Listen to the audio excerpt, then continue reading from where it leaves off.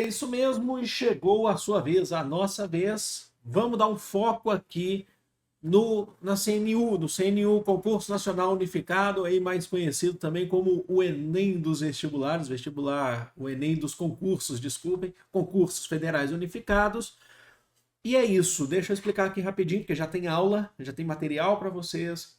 A prova acontece no dia 18 de agosto, agora de 2024, e o que, que a gente vai fazer? Nessas próximas semanas até o 18 de agosto, eu sempre vou trazer pelo menos um vídeo por semana com conteúdo focado aqui na minha matéria. A gente vai trabalhar aqui sobre a realidade brasileira, um dos tópicos do bloco 8 do CNU.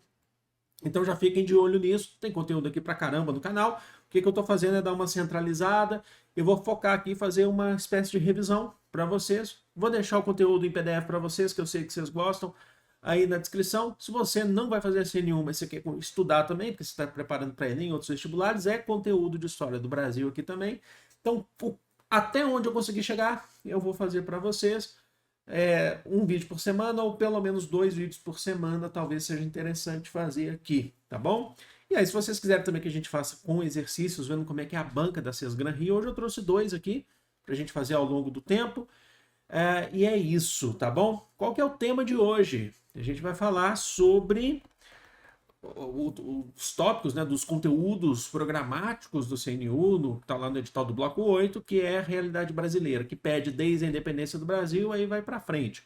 Então hoje a gente vai fazer aquela mágica, mas com muito cuidado, com muita tranquilidade e segurança, não esqueçam isso, falando sobre independência do Brasil até o segundo reinado. Então a gente vai falar de independência, de Dom Pedro I, período regencial, segundo reinado, tudo num só. 4 em 1 aqui. Tá bom? Então tô até tomando café aqui pra gente se preparar. Respira fundo e vambora, gente. É o seguinte, então, sem mais delongas, abrindo aqui nossa imagem. Opa, deu tudo errado. Eu não tinha configurado. Tô aqui. Eis que eu surjo para vocês. Vamos falar então rapidinho do processo de independência do Brasil. A independência do Brasil ela se dá após o período joanino, 1808 a 1821, quando a família real retorna a Portugal, pressionada pelas revoluções liberais, as patuleias, as revoluções liberais do Porto, que exigiam o retorno da família real para Portugal. Lembrando que eles estavam aqui porque eles fugiram de Napoleão Bonaparte, mas esse período havia passado. E o processo de recolonização do Brasil, porque o Brasil havia se tornado o Reino Unido a Portugal, a elite brasileira se fortaleceu nesse processo, então queriam que eles retornassem. A saída é que a elite brasileira falava, se a família real retornar, a gente vai proclamar a independência do Brasil. E se a família real ficasse aqui, perderia Portugal. A saída de Dom João VI, naquela altura, foi ele retornar com a família, enquanto deixava Pedro de Alcântara como príncipe regente no Brasil. Então, Dom Pedro I, que a gente vai conhecer, entre 1821 a 1822, a setembro, ao grito do Ipiranga, ele se tornou regente do Brasil. Ele não era imperador do Brasil ou rei do Brasil. E durante esse período, ele toma gosto, foi uma medida de segurança, mas ele toma gosto pelo Brasil e a ideia de se tornar um imperador centralizador no Brasil. Por quê? Porque ele sabe que se ele retorna a Portugal, assim como o seu pai fez, que eles estavam querendo que ele também retornasse. Depois o próprio Dom João VI pediu para ele voltar. Ele ia suceder o pai dele em Portugal e ia se tornar um rei que não governava, porque Portugal havia passado por esse processo de Revolução do Porto e tinha se tornado uma monarquia parlamentar. Aqui no Brasil, a chance de se criar esse país novo estava com ele, com a elite. Então ele era muito bem aconselhado aqui no Brasil pelo Partido Brasileiro. Existiam aí, a essa altura, 2 grandes partidos que vão ditar as regras nesse período. Um é o Partido Português, que são portugueses remanescentes no Brasil, que queriam a recolonização do Brasil, que o Brasil volte a ser subordinado a Portugal. Existia o Partido Brasileiro. Esse tinha tendências tanto liberais, que queriam menos centralização política, quanto conservadoras, que queriam mais centralização. A questão é que durante a independência não importa se é liberal ou conservador, eles querem se tornar independentes. Compreenderam? O após isso que é o que eles queriam discutir. Que é o que eles iriam se virar depois. Então, Dom Pedro tem uma influência muito grande de sua esposa, logicamente, né, Dona Leopoldina, que é fundamental, principalmente nos conchavos desse processo de independência, e também do José Bonifácio, que foi inclusive um representante parlamentar do Brasil, representando lá em Portugal. O José Bonifácio que vinha com essa ideia do liberalismo, da questão da liberdade, se largar a mão de Portugal. E aí Dom Pedro começa a negar as ordens de Portugal. Então a gente tem aqui, por exemplo, um exemplo, o 9 de janeiro de 1822, que é o dia do fico, quando ele nega o retorno a Portugal. E tem o dia do cumpra-se também, que é quando Portugal fala assim, ó, qualquer medida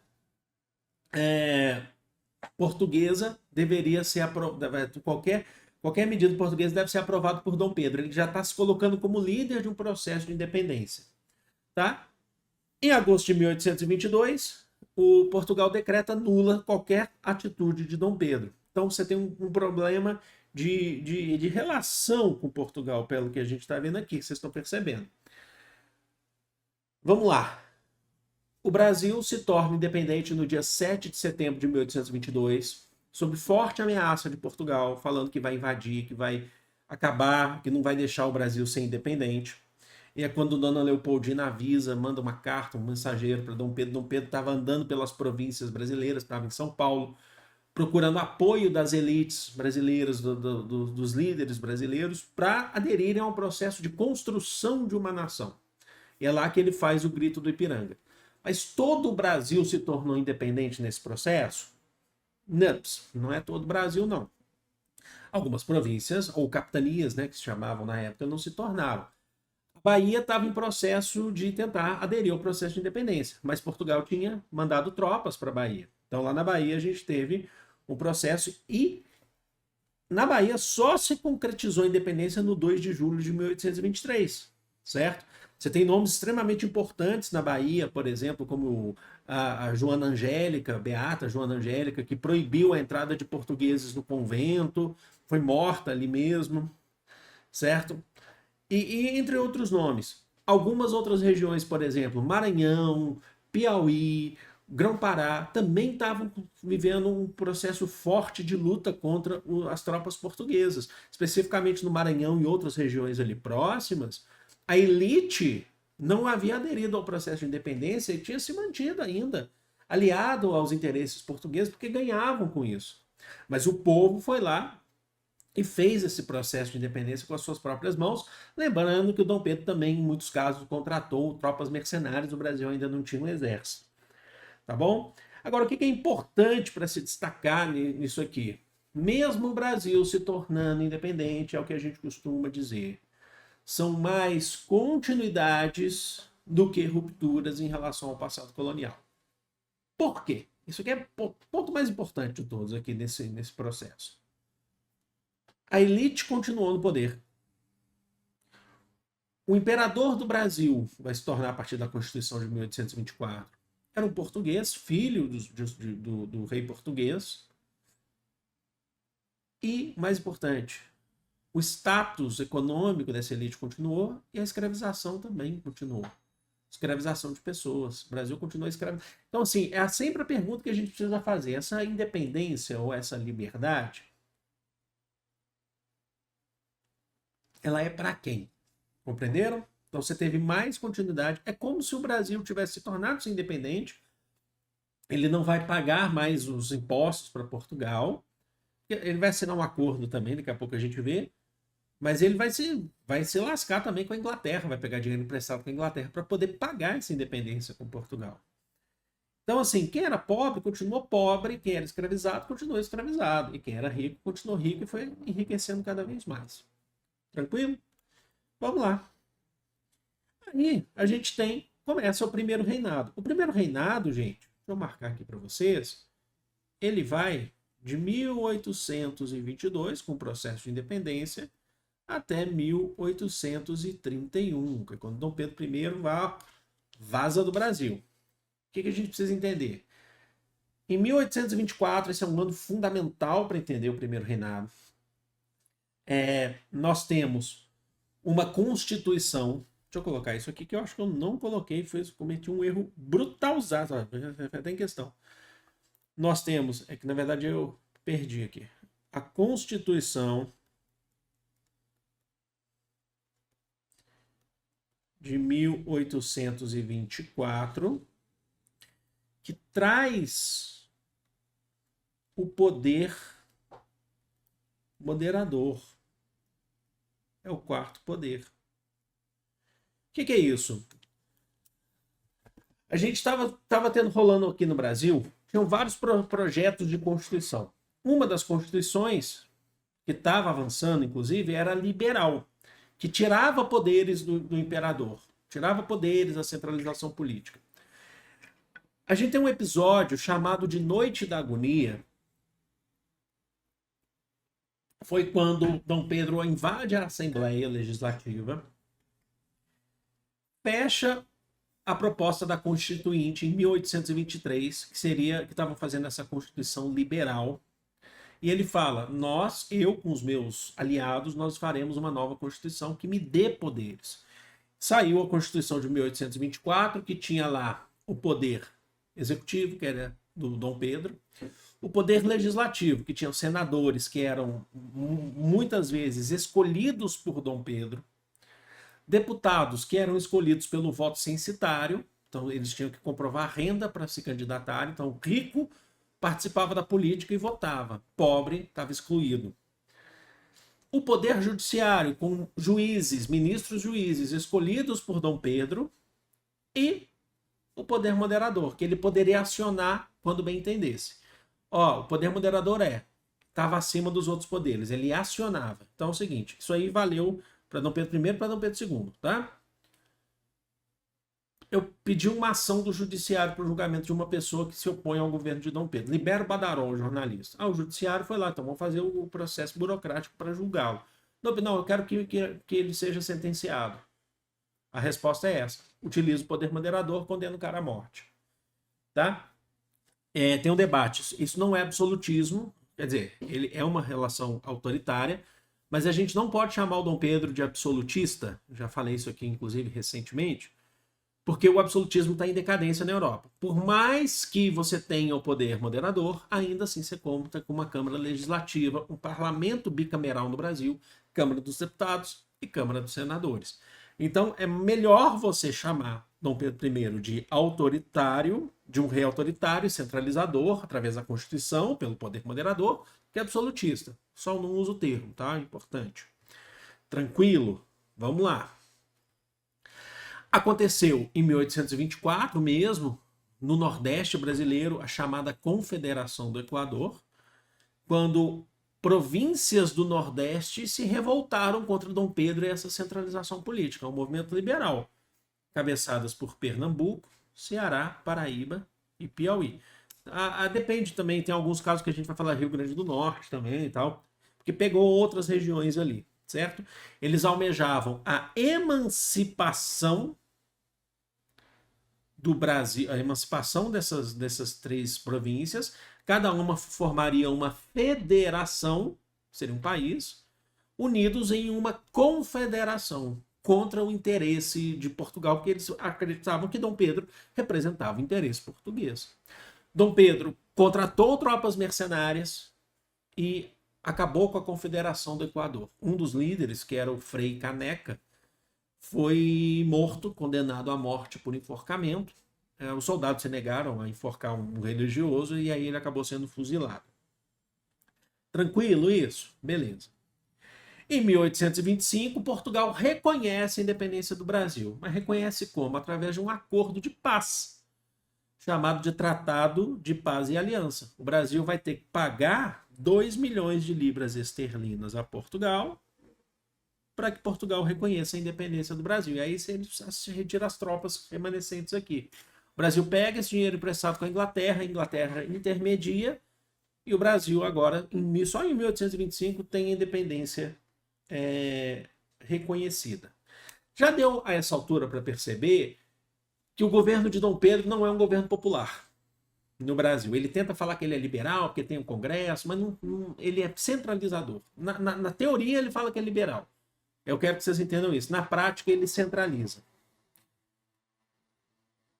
Perdeu, durante seu governo, o Uruguai, na Guerra da Cisplatina, território anexado pelo seu pai, Dom João VI, e gastou dinheiro, era impopular, a população não queria que ele se envolvesse, que o Brasil entrasse nessa guerra, que já era uma guerra perdida, porque a população da Cisplatina não queria participar desse projeto de nação, não falava português, e eles conseguiram se separar. O restante dos cofres do Banco do Brasil, que foi criado pelo seu pai, Dom João VI, aqui no Brasil, foram encerrados, teve a falência, decretou a falência. O Dom João VI tinha levado a maior parte dos cofres para Portugal quando retornou. E aí você tem as dívidas, né? Essas dívidas de Portugal com a Inglaterra são as heranças que o Brasil leva.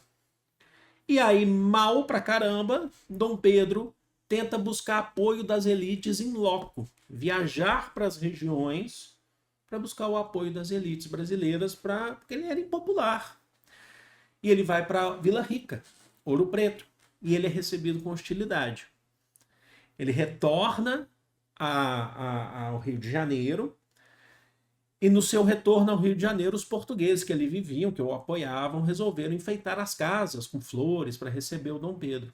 A questão é que os brasileiros, que eram contrários, eram a maioria, quebraram tudo. Por isso que chama Noite das Garrafadas. Voava garrafa para tudo quanto é lado.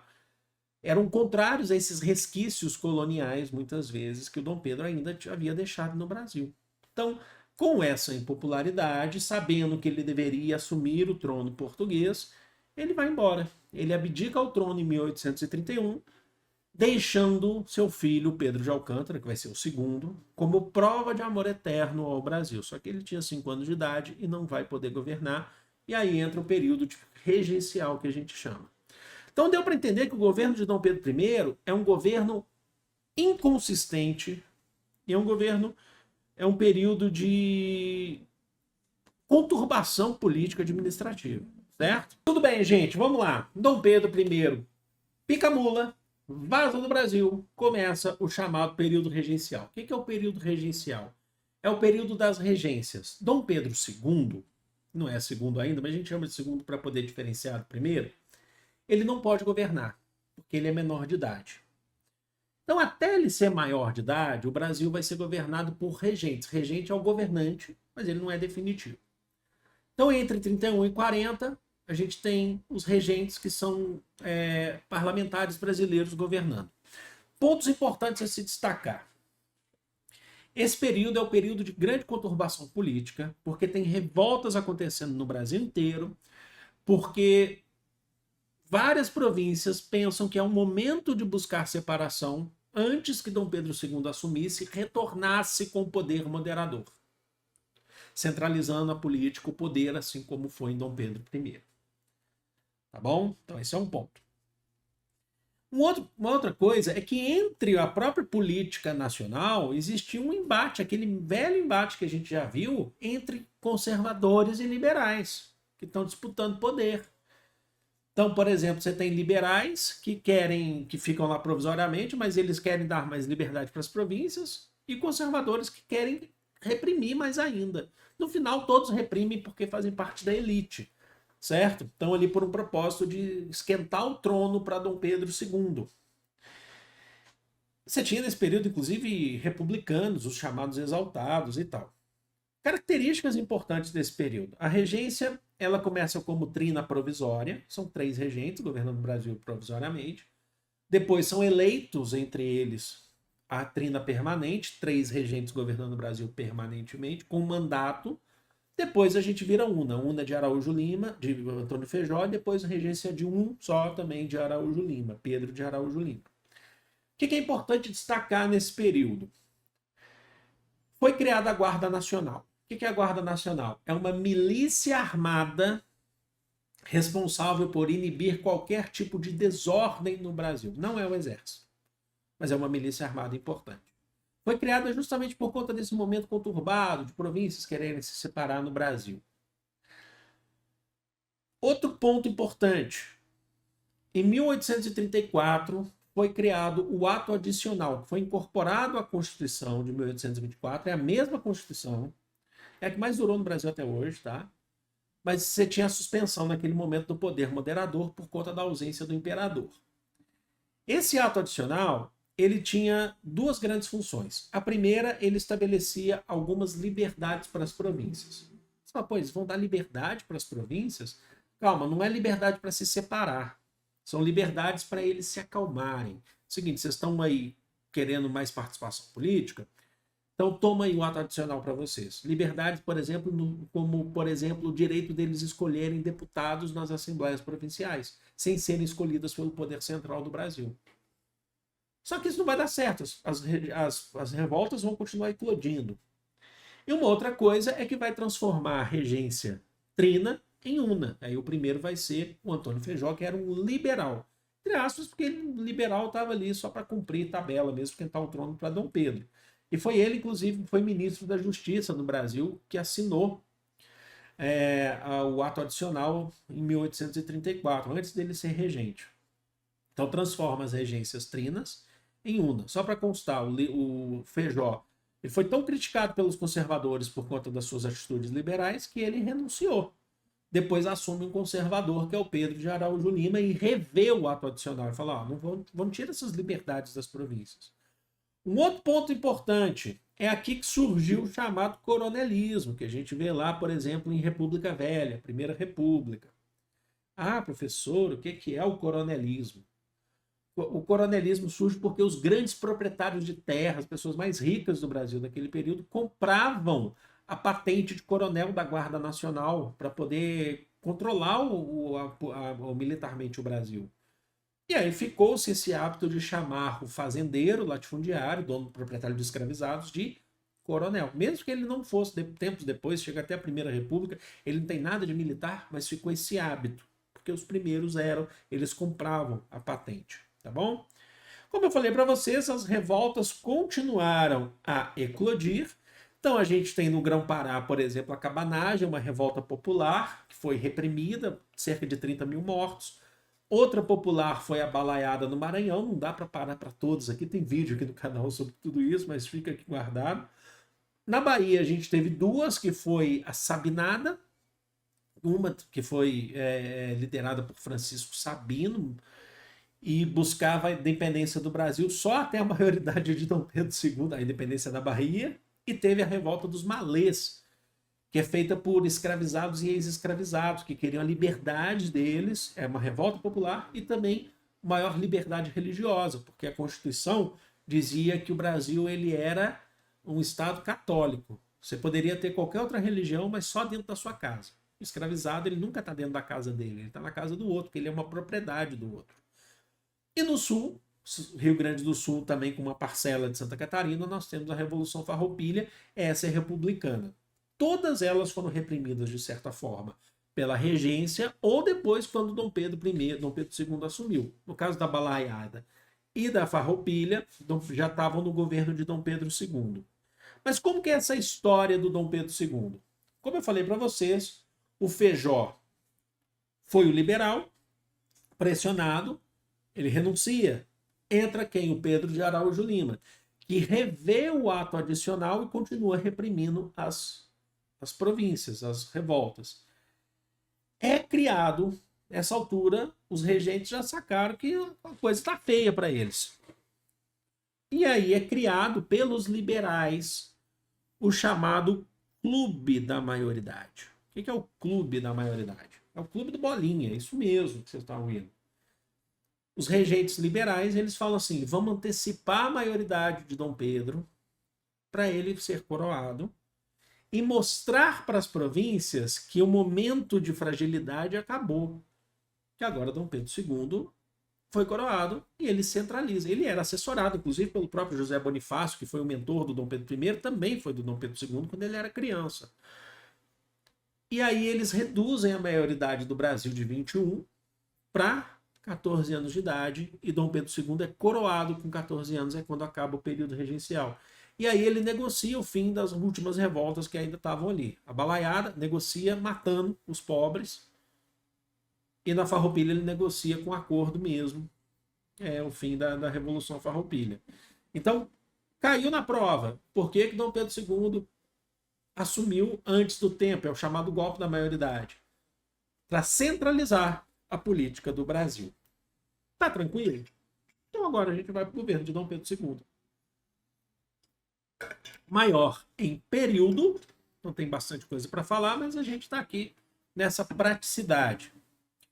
Ele vai de 1840 a 1889, e agora sim o governo de Dom Pedro II ele marca um período de algumas décadas de estabilidade política, principalmente na questão do conceito nacional, tá?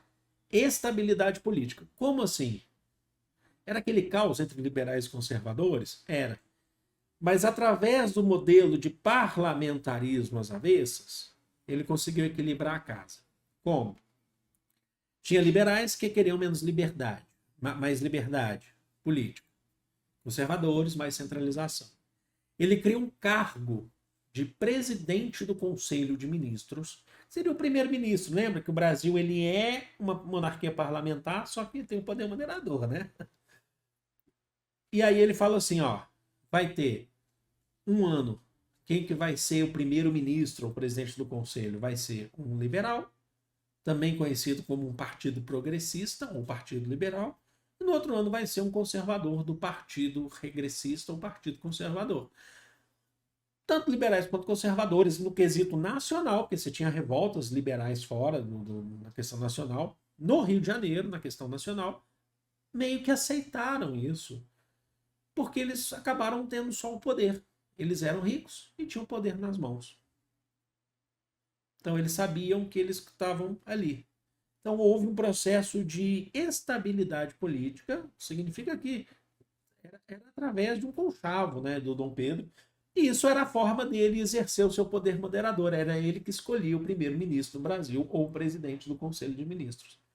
Há também um processo de consolidação ou de estabilidade econômica nesse período, principalmente por conta do café, que começa a tomar conta das exportações brasileiras. O café é inicialmente cultivado no Vale do Paraíba, Rio de Janeiro, São Paulo, com mão de obra de escravizados, mas depois encontram-se, a partir da segunda metade do século XIX, territórios, por exemplo, no chamado Oeste Paulista, região de Ribeirão Preto, onde você tem terras boas que vão ser cultiváveis para o café. E aí começa a chegar imigrantes advindos de regiões que estavam passando por conflitos na Europa, como a Itália e a Alemanha. A Itália e a Alemanha estavam em processo de formação de seus estados nacionais. Então, pessoas mais humildes daquela região, mas que eram agricultores, tinham lá o trato, vieram para o Brasil, uma mão de obra assalariada, você começa a ter a substituição da mão de obra assalariada, da mão de obra dos escravizados pela assalariada, porque nesse período você tem muita pressão da Inglaterra também no Brasil para acabar com a escravização de pessoas, porque a Inglaterra quer abrir mercados consumidores, a Inglaterra ela não quer a mão de obra de escravizados, mas sim um assalariado que também é um consumidor. E o Brasil tinha aquelas relações de dívidas com a Inglaterra e tudo mais. Então o Brasil começa a substituir aos poucos essa mão de obra, certo? E o café traz uma certa estabilidade. O auge vai ser durante a Primeira República, a República Velha, tá bom? Mas começa aqui com força, ganhando essa força. Aliado a isso, não vai achar, então Dom Pedro foi ótimo, calma. Em 1850, a gente tem a primeira lei de terras do Brasil. Não tinha lei de terras no Brasil. Vendo que o Brasil está acabando com a escravização aos poucos, então você já tem vários ex-escravizados, você já tem imigrantes italianos, alemães chegando no Brasil, mas pobres para trabalhar para os outros. Dom Pedro vai lá, o parlamento brasileiro cria a primeira lei de terras do Brasil. E o que essa lei dizia? Que terras devolutas, que são terras não exploradas, nem tudo no Brasil era conhecido ainda, tá? Elas só poderiam ser adquiridas por compra ou por doação. É porque antes, se você chegasse em uma terra que ainda não foi explorada e ficasse ali, ela era sua.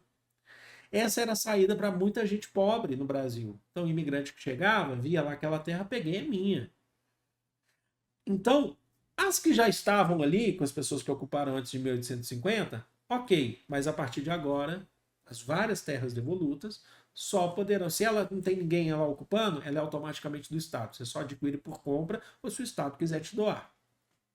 Então, essa lei é considerada excludente, porque ela ampliava as desigualdades do Brasil, porque os ex-escravos e os imigrantes pobres não tinham acesso, só os ricos compravam. Compreenderam? Então tá, vamos embora. Nesse período, a gente tem também. Então a gente está passando aqui, porque é importante, né? Mas nesse período, nós temos aqui também a chamada Era Mauá, com influência de banqueiros ingleses, através de um cara chamado Irineu Evangelista de Souza, que depois ficou conhecido como Barão de Mauá. E essa era representa um surto industrial no Brasil ali no século XIX, durante mais ou menos ali entre 1865, 1870, por ali. Essa iniciativa, essa tentativa de industrializar o Brasil, para o Brasil entrar definitivamente no cenário da segunda Revolução Industrial. Bom? O que a gente tem aqui, que é importante? Os banqueiros ingleses financiavam Mauá para fazer relações aqui no Brasil e construir indústrias. A questão é que Mauá, por conta disso, ele ia ele ia comprando escravizados e ajudando os escravizados e dando alforria para os escravizados, para trabalharem de forma assalariada, modelo inglês industrial, ganhando muito pouco, certo? E ele se aproveitou também que em 1844 foi promulgada no Parlamento Brasileiro a chamada Tarifa Alves Branco. Atenção, gente. Atenção, hein? A Tarifa Alves Branco era uma tentativa do governo brasileiro de fortalecer a sua economia e deixar ela menos dependente da Inglaterra. Então, por exemplo, ela definia impostos de importação em 30% quando o Brasil não tinha produto similar. Certo? Ó, o Brasil não tem um produto similar com esse que a gente está querendo importar da Inglaterra. Então a gente tem que comprar de fora. 30% de impostos. 60% quando tinha o produto similar. Então eu não vou querer comprar de fora, eu prefiro comprar do Brasil, porque a gente tem um produto similar. Se eu comprar de fora, eu vou ter que aumentar 60% nos impostos aqui. Era uma forma de garantir no Brasil que as pessoas comprassem produtos brasileiros. Então, por que o Barão de Mauá ele investe nisso aqui? Porque ele fala assim, ó, vamos construir indústrias que tenham produtos brasileiros, vamos nos beneficiar da tarifa Alves Branco. Certo? As pessoas vão pagar menos imposto comprando produto brasileiro. Por que ela é considerada um surto e não a industrialização mesmo? A industrialização vem só com Vargas, vem para frente, mesmo Juscelino. Porque surto é algo que vem rápido e vai embora rápido. Porque a elite agrária, cafeicultora, escravista, não aderiu a esse projeto, porque isso tiraria poder deles. Brasil agrário tiraria poder dessa elite agrária. Eles falam, a gente não vai aderir a esse projeto. E o Dom Pedro era encurralado até a tampa com essa elite agrária. Então, foi abandonado o projeto de Mauá. Tá bom? Por isso que a gente chama de surto industrial. Quais eram as leis que a gente foi falando que o Brasil foi se transformando? As leis abolicionistas. Com essa pressão inglesa, o Brasil foi aos poucos acabando com a escravidão, né? Em 1845, uma lei inglesa chamada Bill Arbidin, que falava que navios negreiros atravessando o Atlântico seriam confiscados pela Inglaterra. Essa é uma lei inglesa. A gente vai ter em 1850 a Lei Eusébio de Queiroz. Essa já é uma lei brasileira, onde o Brasil proíbe o comércio transatlântico de pessoas escravizadas.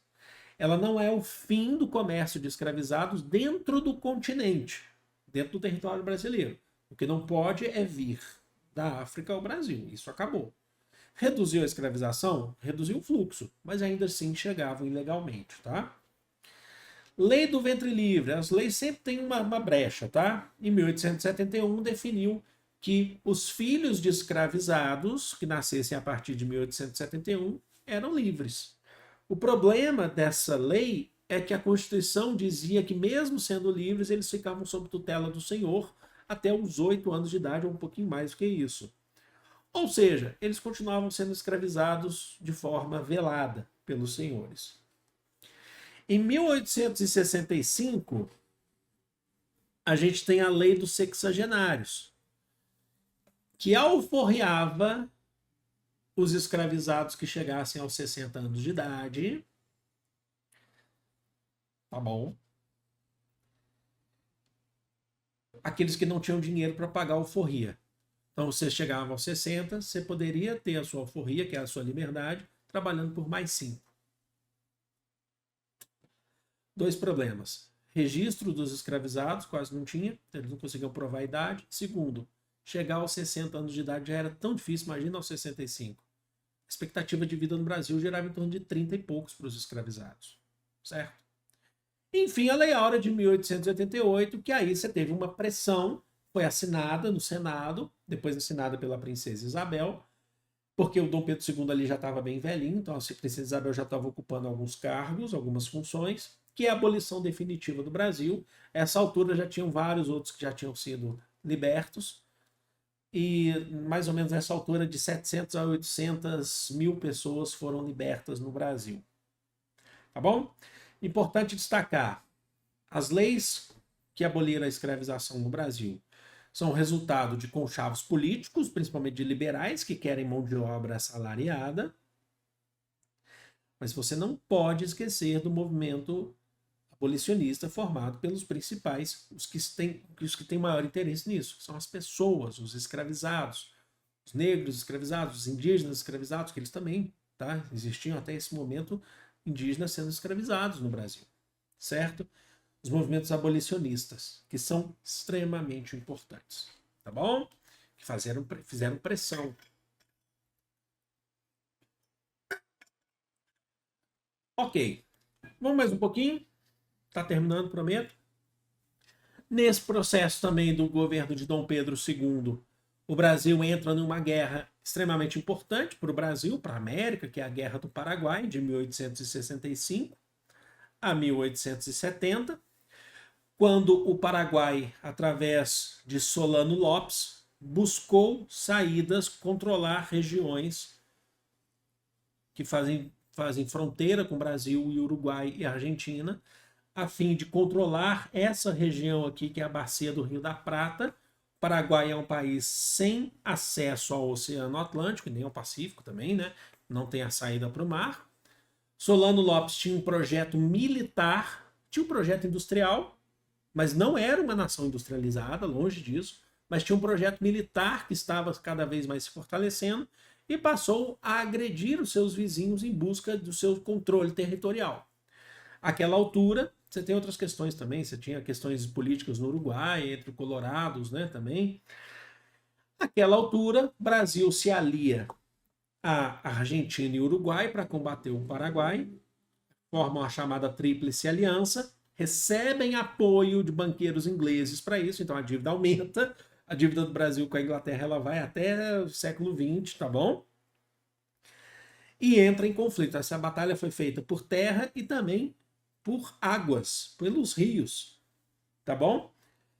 Ponto fundamental. Foi formado nesse período o Corpo de Voluntários da Pátria que servia o Exército Brasileiro, que estava engatinhando em sua formação, não tinha uma pegada profissional como a gente conhece. Quem que ia muito para o combate, para o embate na Guerra do Paraguai eram os fazendeiros da região da divisa, da fronteira com o Paraguai, que estavam ali tendo deles na reta, as fazendas, os latifúndios na reta. E o Brasil apanhou muito no começo da guerra, até o exército se fortalecer com apoio financeiro, e aí você teve o Corpo dos Voluntários da Pátria. Os escravizados se voluntarizavam e se tornavam livres ao se voluntarizar. O senhor, atenção, o ex-senhor desse escravizado ganhava uma indenização do governo por conta disso, para defender a fronteira do Brasil. Então, a Guerra do Paraguai, o resultado é que o Brasil, a Tríplice Aliança, derrota o Paraguai, destrói boa parte do território paraguaio, mata boa parte da população paraguaia, endivida o Paraguai fica devendo, define-se depois que o Paraguai que ia custear essa guerra, ia pagar os custos da guerra. Só para vocês terem noção, não chegou a pagar tudo, chegou até 1930 e pouco, o Paraguai ainda estava devendo por conta dos custos da guerra e o Getúlio Vargas aboliu a dívida, tá? Lá naquele período. E o corpo dos voluntários da pátria aumentou ainda o número de ex-escravizados no Brasil. Aumentou, inclusive, a contradição, porque você tinha ex-escravizados que serviram o exército brasileiro, são ex-escravizados, passam a amar o exército brasileiro, o exército se forma enquanto uma instituição libertadora, mas a escravização ainda não acabou, a escravidão ainda não acabou. Então é contraditório. Vamos lá, então. E aí a gente tem a chamada, esse é o último quadro, tá? A chamada crise do Império. O Império entrou em crise, agora com Dom Pedro II. A gente vai resultar lá em 1889, no chamado 15 de novembro, da proclamação da República, devido, atenção, à pressão de uma elite liberal que olha para aquele modelo inglês e fala: a gente quer aquilo, o Brasil está atrasado, o Brasil é agrário. Então, você tem uma pressão de uma elite que quer a modernização do país. Os antigos proprietários de escravizados, eles se voltam contra o Império. Por quê? Que é importante, hein? Por quê? Esse barulho aqui foi da minha cadeira, tá? Fez um barulho aqui. Por quê? Porque em 1888, Princesa Isabel assinou a Lei Áurea. Aboliu a escravidão no Brasil, foi uma lei de parlamento, tal, mas que resultou, o ponto final foi a Lei Áurea por Princesa Isabel. E o Estado brasileiro, o Império brasileiro, não se comprometeu a pagar indenização aos proprietários rurais. Então eles se revoltaram contra Dom Pedro. E eles passaram a defender a República com indenização. Nunca tiveram. Mas passaram, ó, República agora com projeto de indenização dos proprietários. Tá? Eles mantiveram o terreno deles. O que mais que isso? Tá de sacanagem, hein? Outras coisas. Houve rompimento com a Igreja Católica. Pela Constituição de 1824, o Brasil, como eu falei para vocês, ele era, a gente chama isso de padroado. O Estado e a Igreja são ligados. A Igreja é subordinada ao Estado. Naquele momento, a Igreja passou a perseguir os maçons, inclusive membros da Igreja que participavam da maçonaria. E o Dom Pedro se recusou a perseguir os maçons no Brasil. A Igreja rompe com ele. E com isso leva uma caralhada de fiéis que fala: pô, a gente está com a Igreja, não está com Dom Pedro. Então você começa a perder esse poder, certo? E o exército brasileiro, que desde a Guerra do Paraguai ganhou um status de uma instituição positivista. Criado por Auguste Comte no século XIX, o positivismo é a doutrina filosófica que pensa, que defende que uma sociedade tem que andar em linha reta, sempre no sentido positivo.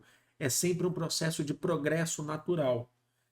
E o exército olha para o Brasil, compara o Brasil com outras nações desenvolvidas da época, como Estados Unidos, como a Inglaterra, como a França, e fala: o Brasil está atrasado. A França é uma república, o Brasil está atrasado. Você tinha um professor da Escola da Praia Vermelha, do Exército, positivista, Benjamin Constant, que ensinava ali sobre positivismo. A imprensa adere a esse ideal também de uma modernização. E o Exército se tornou uma instituição libertadora, no sentido de falar: acabou com a escravização de boa parte daqui através dos voluntários da pátria e buscava um processo de emancipação. É quando a gente tem um golpe de Estado. Foi um golpe de Estado que o Exército deu em Dom Pedro II. Foi o golpe da proclamação da República. Foi um golpe de Estado porque derrubou a monarquia brasileira. Dom Pedro II teve que se exilar. E o Exército assume o poder no Brasil na chamada Primeira República, ou a primeira parte dela chamada de República da Espada, porque são presidentes militares, Deodoro da Fonseca e Floriano Peixoto. O Deodoro, inclusive, foi um dos heróis, considerado heróis da Guerra do Paraguai e tal. Tinha um nome, mas ele era amigo pessoal de Dom Pedro, ele não queria abolir a escravidão, não queria acabar com a monarquia, mas ele foi convencido, né, de que isso deveria acontecer, porque a monarquia estava decadente. e aí você tem um golpe de Estado. Tá bom? A proclamação da República foi feita através disso. Então, assim, por mais que Dom Pedro tenha ficado 49 anos no poder, o segundo reinado, começou estável politicamente e economicamente, tudo isso foi decaindo ao longo do tempo.